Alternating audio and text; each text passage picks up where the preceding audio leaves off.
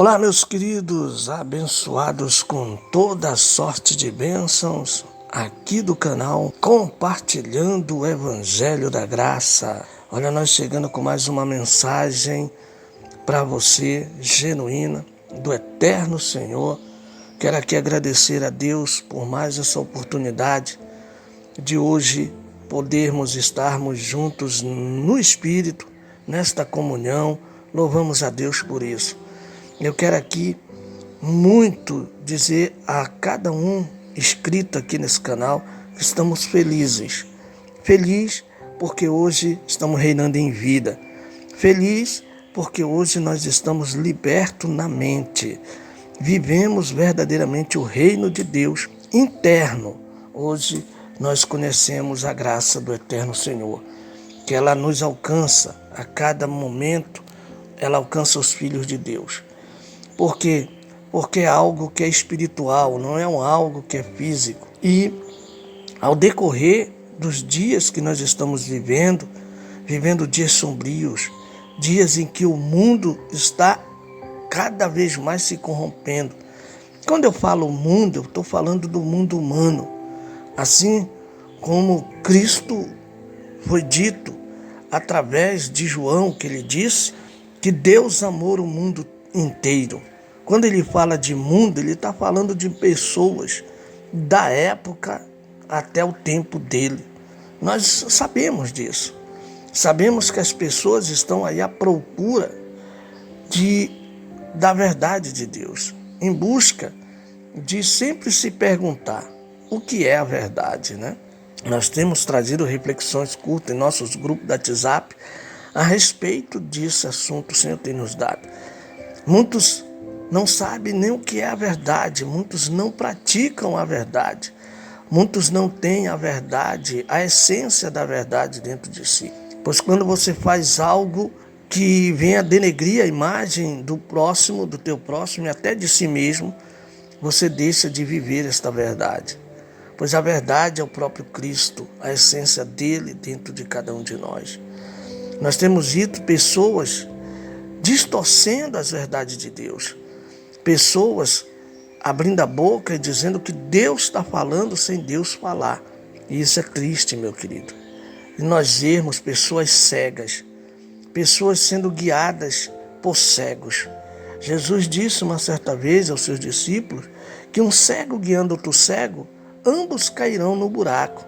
E nós temos visto este sistema evangélico, global, corrupto, podre, fazendo com que as pessoas caiam num buraco, porque são cegos guiando outros cegos, vivendo de tradicionalismo, vivendo de ritualismo, de cerimonialismo, de legalismo, oprimindo as pessoas, escravizando as pessoas através de dogmas, através de regras, através de barganhas, barganhando com o próprio Criador. Mas o Senhor Jesus, ele disse que por não querer aceitar as verdades dele, ele enviaria o próprio espírito do erro, que operariam sobre os filhos da desobediência. Isso o apóstolo Paulo disse lá para os irmãos de Tessalônica. Ele falou, meu querido. E nós estamos vivendo isso hoje por quê? Porque lá já tinha os filhos da desobediência no tempo de Paulo. Agora imagine no nosso tempo, não existe? Claro que sim, meu querido. Os filhos da desobediência estão aí. Os inimigos da cruz de Cristo estão aí. Por que são inimigos da cruz de Cristo? Porque querem desfazer o que Cristo fez na cruz. Estão a distorcer o verdadeiro ensinamento do Mestre. Isso sim, sabe? Meus queridos, eu tenho com toda a simplicidade vivido o Evangelho de Cristo sem tudo isso que eu acabei de citar aqui. Eu tenho vivido uma vida sofrida, mas eu estava a refletir, meu querido, sobre a vida de Paulo.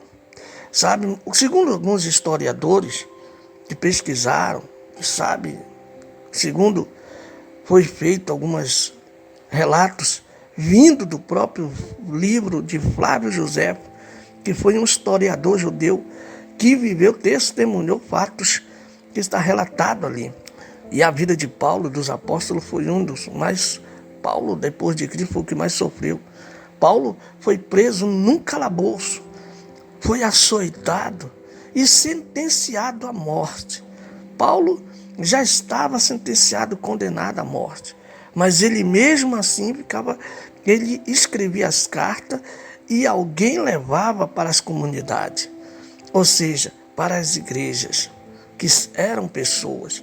Não tinha nada a ver como hoje as pessoas colocam, os líderes que se titulam líderes espirituais, procuram colocar na mente das pessoas que se elas não estiverem ligadas fisicamente num templo físico, não tem como elas se chegar a Deus. Como pode ser isso? Se Deus, ele é essência, e ele disse que não habita mais em templo feito por mão de homens. Ou seja, naquele tempo antes da cruz, na sinagoga, ainda era necessário levar-se o sacrifício ao templo, pois o templo estava de pé. Quando Paulo morreu, ele não chegou ainda a ver o templo de Salomão destruído, vindo ao chão pelo próprio imperador Tito, que viria a assumir o lugar de Nero. Não, Paulo não chegou, mas Paulo já começava a dizer que a plenitude dos tempos estava chegando, que tudo aquilo que o mestre falou, que não ficaria pedra sobre pedra, que a vinda do Filho do Homem viria sobre a geração dele, estava para chegar. E como aconteceu? Então, meu querido, são algo que a gente fica a refletir e ver. Hoje eu quero falar um pouquinho de um tema aqui para nós, que traz como a caridade o resumo da lei. Paulo escreveu isso aqui por um tempo para os irmãos ali de Roma, a comunidade que estava ali na cidade de Roma. E ele disse, olha, no versículo 8 do capítulo 3, nós trouxemos um vídeo anterior sobre a submissão dos poderes civis. Agora Paulo vai falar aqui sobre o resumo, a caridade, o resumo da lei. Ou seja, o amor, ele é o resumo da lei. Tá?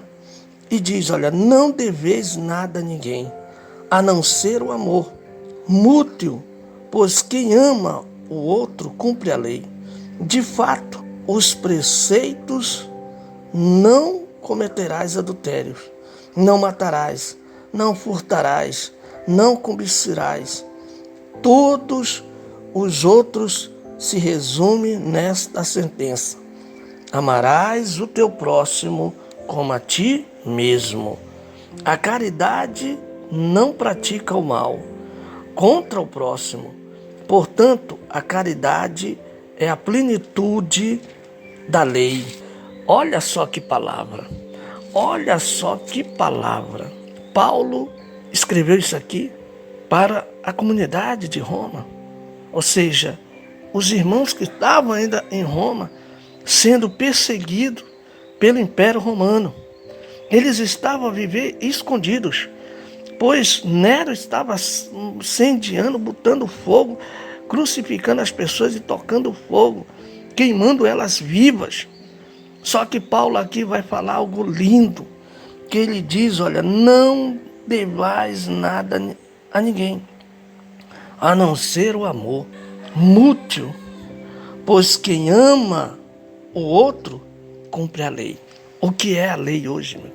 A lei, ela é espiritual, é você amar o próximo. Quantas pessoas estão a dizer que amam o próximo, estão dentro de seus sistemas religiosos e diz que ama um ao outro, mas acaba postar na carne, postar numa matéria que estamos sujeitos a falhar, logicamente, estão a condenar o outro por não seguir uma denominação, a própria religião dele.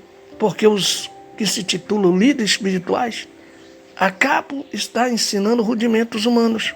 E quando acaba, quem ama o outro cumpre a lei. De fato, os preceitos: não cometerás, olha só, adultério, não cometerás adultério, não furtarás, é isso? Não matarás, não furtarás, não cobiçarás. E todos os outros se resumem nesta essa sentença. Ele está falando algo dos 10 mandamentos, que antes da cruz estava na tábua de pedra, escrita pelo próprio Deus, dada a quem? A Moisés. E que os líderes religiosos da época do próprio Cristo, eles levavam isso na ponta da linha, mas eles mesmos não viviam isso. Eles queriam que as pessoas seguissem a lei física, a lei judaica, ao pé da letra, mas eles mesmos não viviam, como hoje o sistema religioso continua a fazer a mesma coisa. Querem que seus adeptos sigam ao pé da letra aquilo que eles impõem, mas eles mesmos não seguem. Eles mesmos são os próprios a causar escândalo aos seus adeptos, aos seus seguidores. Então está aqui. E ainda ele diz que se resume nesta sentença: amarás o próximo como a ti mesmo. Agora entenda, pare e reflita, tá bom? Olha só, a caridade, o amor, não pratica o mal. Quem ama não deseja mal ao seu próximo. Quem ama jamais vai denegrir a imagem do outro e nem de si mesmo. Vai sempre querer bem para si. E aquilo que eu não quero para mim, eu não vou querer para o meu próximo. Então está aqui, o amor não pratica o mal contra o próximo. Portanto, o amor é a plenitude da lei. Amém? É a plenitude da lei. Está aqui, meu querido. Você fazendo isto, o que você quer mais? Que Deus nos abençoe, meu querido. Que Deus nos dê a sua graça. Que Deus nos dê a cada dia, nos revele a cada dia na nossa mente a sua verdadeira graça. Revelada, pois nós estamos vivendo o reino de Deus em vida, reinando em vida, triunfando em vitória. Sabemos que o viver é Cristo. O viver é Cristo, mas o morrer é lucro. Tudo nessa vida passa, tudo nessa vida se acaba. A verdadeira vida está no porvir. Tudo isso aqui é passageiro. Tá bom, meu querido? Que Deus abençoe você. Que Deus lhe dê cada dia. Ele possa dar sua graça para você suportar esses dias tão difíceis que estamos vivendo. Tá bom? Não esqueça, se inscreva no nosso canal. Deixe o seu like e aperte o sininho. Tá bom? Que é para quando nós postarmos um vídeo, você será avisado, tá bom? Deixe seu comentário aqui na descrição do nosso vídeo, tá bom?